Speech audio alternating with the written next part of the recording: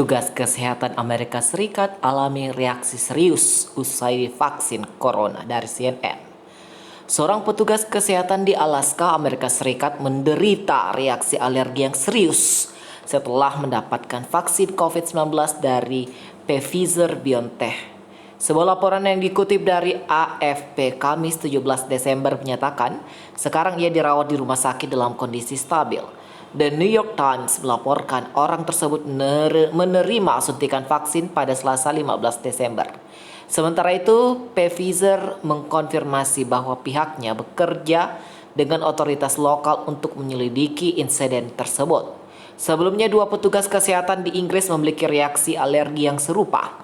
Reaksi itu menyebabkan pemerintah di sana memberitahu orang-orang untuk menghindari suntikan jika mereka memiliki riwayat alergi parah. Regulator Amerika Serikat mengeluarkan persetujuan darurat dengan peringatan bahwa orang yang diketahui alergi terhadap bahan di dalam vaksin harus menghindarinya.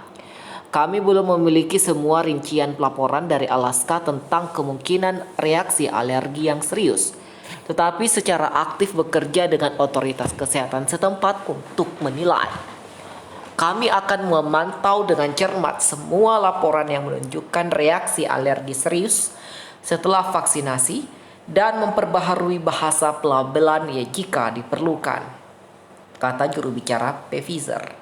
Relawan uji klinis Pfizer terhadap 44.000 orang dikeluarkan jika mereka memiliki riwayat reaksi alergi terhadap vaksin atau komponen vaksin virus corona. Secara keseluruhan, uji coba tidak menemukan masalah keamanan yang serius. Meski demikian, regulator dan perusahaan terus memantau efek samping setelah vaksinasi. Amerika Serikat telah memvaksinasi corona terhadap sekitar 3 juta orang warga mereka pada minggu ini dengan vaksin Pfizer. Mereka berharap program tersebut bisa ditingkatkan menjadi 20 juta orang pada bulan ini jika vaksin lain yang dikembangkan oleh Moderna disetujui. Wow. Jerman akan mulai program vaksinasi corona pada 27 Desember. Jerman akan memulai program vaksinasi virus corona pada 27 Desember. Menteri Kesehatan Jens Spahn mengumumkan sasaran utama program tersebut adalah penghuni Pati Jompo. Selain Jerman, 27 negara Uni Eropa juga akan mulai program vaksinasi pada hari yang sama. Dalam sebuah pernyataan yang dikutip dari AFP Kamis 17 Desember, 16 Menteri Kesehatan negara di kawasan itu mengatakan Spahn telah memberi persetujuan yang diharapkan untuk melaksanakan program tersebut. Dengan itu, pasukan vaksin BioNTech diharapkan bisa segera didistribusikan sehingga vaksinasi bisa segera dilakukan. Karena Jerman memegang jabatan presiden bergilir Uni Eropa, itu bisa berarti 27 Desember akan menjadi tanggal mulai bagi semua negara anggota. Sementara itu, Perdana Menteri Prancis Jean Castex mengatakan Prancis dapat memulai vaksinasi pada minggu terakhir bulan Desember setelah semua persyaratan terpenuhi.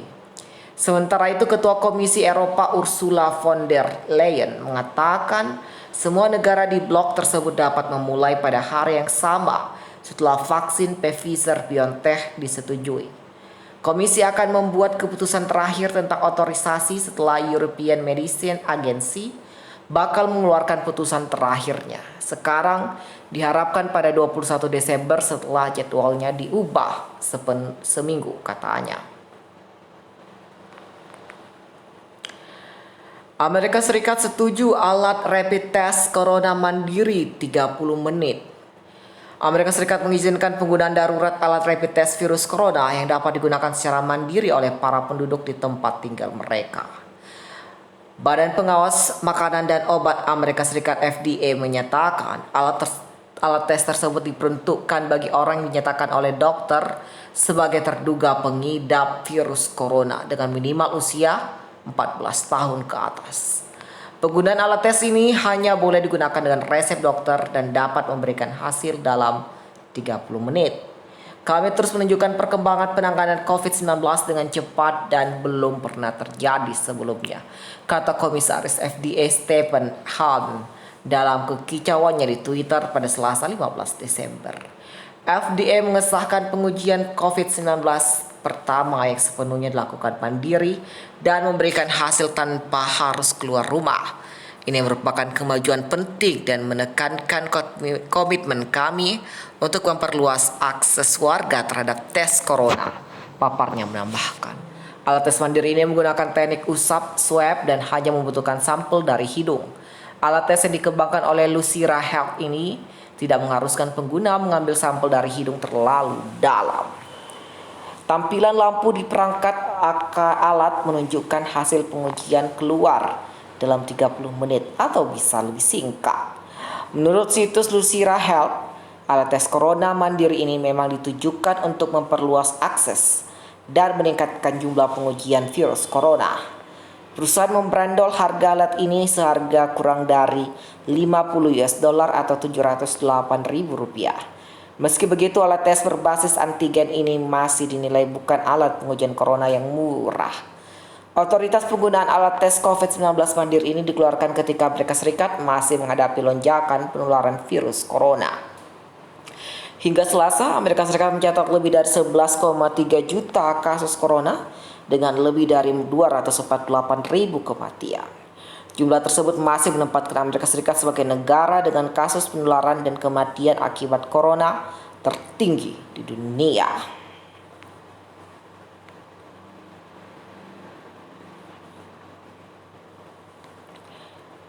Virus corona menyebar, Denmark melakukan lockdown nasional. Pemerintah Denmark memperluas aturan pembatasan penularan virus corona yang kini berlaku secara nasional di sebagian besar kota. Perluasan lockdown dilakukan dengan harapan bisa menekan penularan COVID-19 gelombang kedua yang mengalami peningkatan. Menteri Perhubungan Benny Engelbrecht mengatakan jika pemerintah akan memperpanjang lockdown dan memperluas ke beberapa kota besar di Denmark, kami sekarang akan memperpanjang pengujian sebagian ke seluruh negeri, tulis Menteri Perhubungan Benny Engelbrecht di akun Facebook miliknya.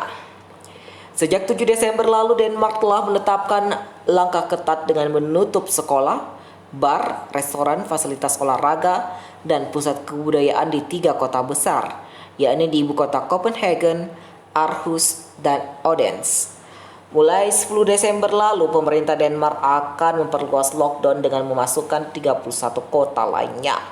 Sementara kota yang tidak masuk dalam daftar penguncian wilayah akan diberlakukan pembatasan aktivitas mulai Rabu 16 Desember pukul 4 sore. Rencananya lockdown akan diberlakukan hingga 3 Januari 2021. Virus corona telah mendapatkan pijakan yang terlalu kuat di Denmark.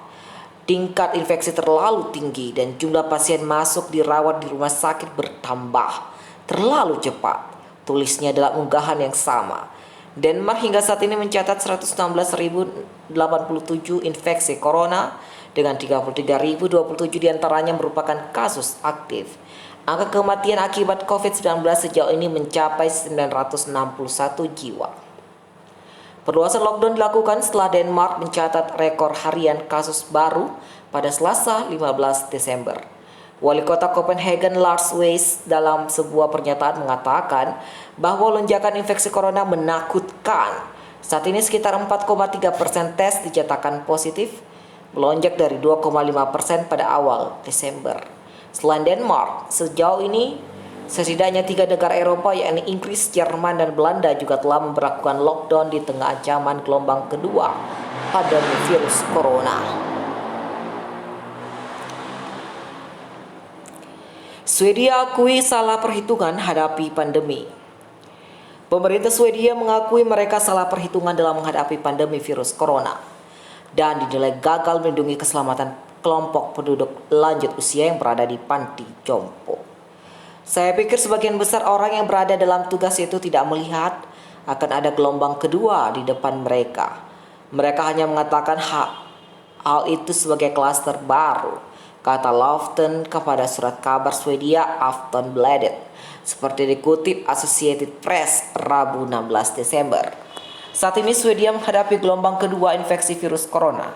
Mereka selama ini tetap mempertahankan kebijakan tidak menerapkan penguncian wilayah, berbeda seperti yang dilakukan kebanyakan negara Eropa lainnya, tetapi meminta penduduknya bertanggung jawab menjaga kesehatan diri sendiri dan orang lain. Dalam laporan komisi independen yang dipimpin Mats Melin yang melakukan evaluasi menyeluruh terhadap penanganan pandemi, menyatakan pemerintah Swedia tidak siap dan kekurangan peralatan yang mumpuni. Mereka juga menyatakan para penduduk lanjut usia tidak terlindung dari ancaman corona, sebab hampir lebih dari separuh korban meninggal akibat infeksi virus itu adalah para manusia yang menghuni panti jompo. Tetapi kami tetap menyatakan pemerintah masih memerintah negara ini dan seluruh pertanggungjawaban ada di tangan mereka dan pemerintahan terdahulu, kata Melin. Melin menyatakan ketidaksiapan Swedia menghadapi pandemi terjadi akibat celah dalam sistem kesehatan yang ditangani oleh sejumlah organisasi dan lembaga pemerintahan. Sampai saat ini ada 10 juta lebih penduduk Swedia. Sampai saat ini dari 10 juta penduduk Swedia ada 341.029 orang yang terinfeksi corona. Dari jumlah itu ada 7.667 pasien yang meninggal akibat virus corona atau komplikasi dengan penyakit lain. Jumlah kematian akibat corona di Swedia lebih tinggi dari negara tetangganya seperti Denmark, Finlandia, dan Norwegia. Dalam laporan komisi itu, negara-negara tetangga Swedia dilaporkan bisa menekan tingkat kematian akibat infeksi corona pada kelompok lansia dengan melindungi mereka melalui metode karantina dan isolasi. Swedia hanya menganjurkan para penduduknya menjaga jarak selama pandemi, namun mereka tetap mengizinkan kegiatan belajar mengajar di sekolah dan membiarkan bar hingga restoran beroperasi seperti biasa.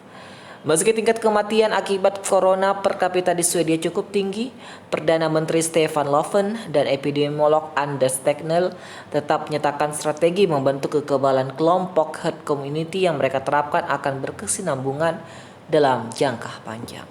Akan tetapi mereka mengakui kegagalan pemerintah untuk melindungi kelompok lansia dan panti jompo. Akibatnya adalah Swedia kini mengalami lonjakan kasus corona yang membuat sistem kesehatan mereka kewalahan menangani pasien. Jumlah tenaga kesehatan yang terinfeksi juga bertambah dan membuat pemerintah setempat menerapkan sejumlah larangan seperti tidak mengizinkan penjualan alkohol di restoran dan bar selepas pukul 10 malam waktu setempat. Mereka juga membatasi kerumunan maksimal hanya boleh diikuti 8 orang dengan menjaga jarak dan menerapkan protokol kesehatan lainnya.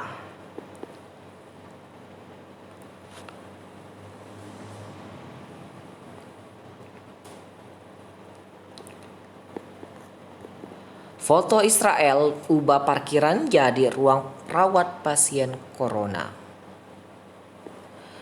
Nah, di sini adalah gambar rumah sakit di utara kota Haifa, Israel, mengubah parkiran mobil menjadi bangsal perawatan pasien terinfeksi virus corona karena ruang perawatan telah penuh. Demikianlah berita dari CNN. Yang berita pokoknya adalah bahwasanya setelah disuntik vaksin corona ada yang menimbulkan reaksi alergi yang parah, pemirsa. Bagaimana tanggapan Anda? Tulis di kolom komentar.